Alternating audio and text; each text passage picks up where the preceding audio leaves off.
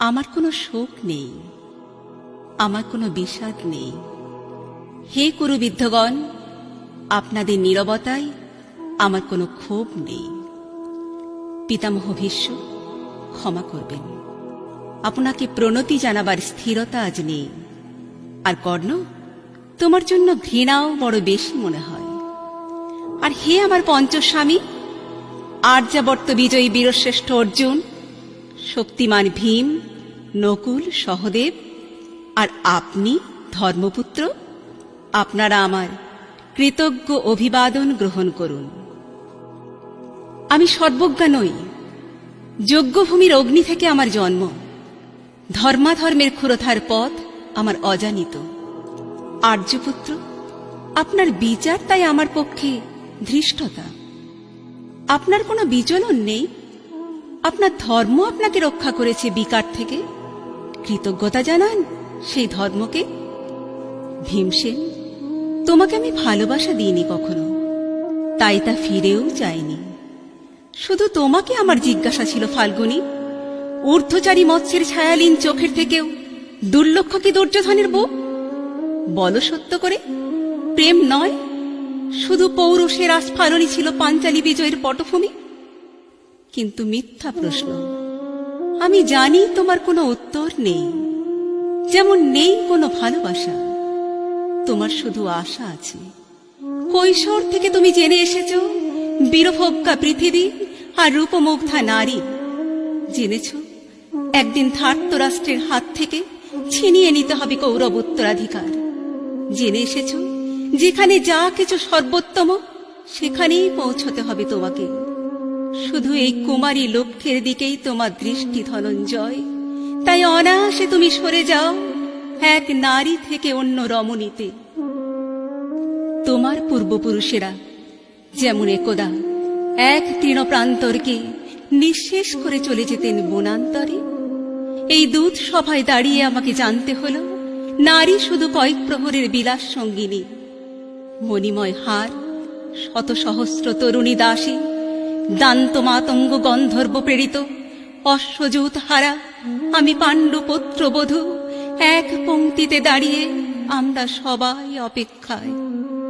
পিতৃগৃহে যেমন দেখেছিলাম আহিরিনীরা দূর গ্রাম থেকে নিয়ে আসে তাদের পসরা, আর তার উপর ঝুঁকে পড়ে লুব্ধ ক্রেতার দল আমাদের ব্যবহার করার জন্য, তেমনি উন্মুখ হয়ে আছে যারা আমার পতির আত্মীয়। আর আমাকে আমাদের বিলিয়ে দিচ্ছেন যারা, তারা আমার পঞ্চস্বামী। বিবাহের মঙ্গলসূত্র হাতে বেঁধে যারা একদিন আমার উপর নিয়ম সিদ্ধ করেছিলেন, তাদের অধিকার না। শুধু এই রত্নমণ্ডিত শোভাগৃহেই নয়, আরো আগে আমাকে জানতে হয়েছিল আমার কোনো বাসনা নেই, নেই কোনো নিজস্ব ইচ্ছা। অর্জুন, প্রথম দেখার মুহূর্তে আমার হৃদয় দিয়েছিলাম তোমাকে, অথচ আমার শরীরকে প্রথম আলিঙ্গন করলেন ওই মহাভাগ যার খ্যাতি ধর্মপুত্র বলে। ইন্দ্রপ্রস্থের সৌদ শিখরে যখন আছড়ে পড়ত নববর্ষার জলধার, যখন আমার কামনা ছুতে চাইতো তোমাকে, আমার অনুৎসুক দেহকে তখন আকর্ষণ করত অন্য কেউ, যে আমার স্বামী। বসন্ত রজনীতে কিংসুকের প্রমত্ত উল্লাস মুহূর্তে তোমার ব্যাকুল বাহু টেনে নিত আমাকে নয়, অন্য কোনো যুবতীকে। বারে বারে আমাকে সন্তান বুদ্ধি করেছে পুরুষ, কিন্তু তারা প্রত্যেকেই আমার আকাঙ্ক্ষিত নয়। কোনো প্রার্থনা নেই আমার। কুরুবিদ্ধরা বিলাপ করুন, জ্যেষ্ঠ পাণ্ডব প্রহর গুনুন, কোন পুণ্যলগ্নে ধর্মরাজ্য নেমে আসবে মাটিতে। ভীম, অনুগ্রহ করে স্তব্ধ হও। নকুল, সহদেব, বিচ্যুত হয়েও না অগ্রজের প্রতি অটল বিশ্বাসে। আর অর্জুন, অন্তঃপুরে যাও, সেখানে তোমার জন্য স্নিগ্ধ শরীর সাজিয়ে রেখেছে তোমার কোনো প্রেয়সী। শোক নয়, লজ্জা নয়, এই রাজগৃহে দাঁড়িয়ে আমি জানলাম প্রেম নয়, শ্রদ্ধা নয়, অধিকার নয়, নারী শুধু প্রয়োজনীয়। জানলাম এখানে কোনো ভেদ নেই। ধর্মপ্রাণ যুধিষ্ঠির শক্তিমান ভীম, প্রেমিক অর্জুন আর লোলুপকৃত রাষ্ট্রনন্দনদের মধ্যে।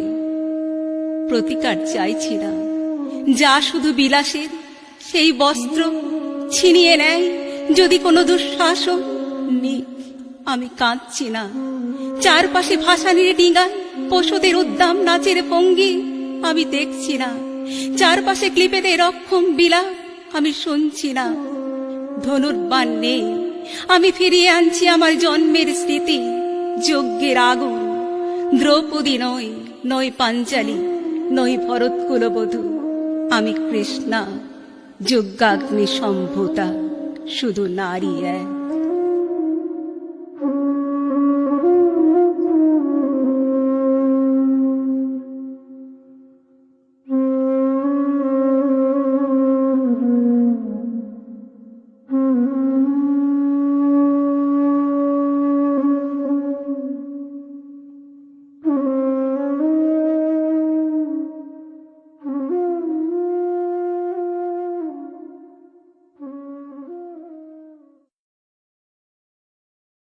আমার কোনো শোক নেই, আমার কোনো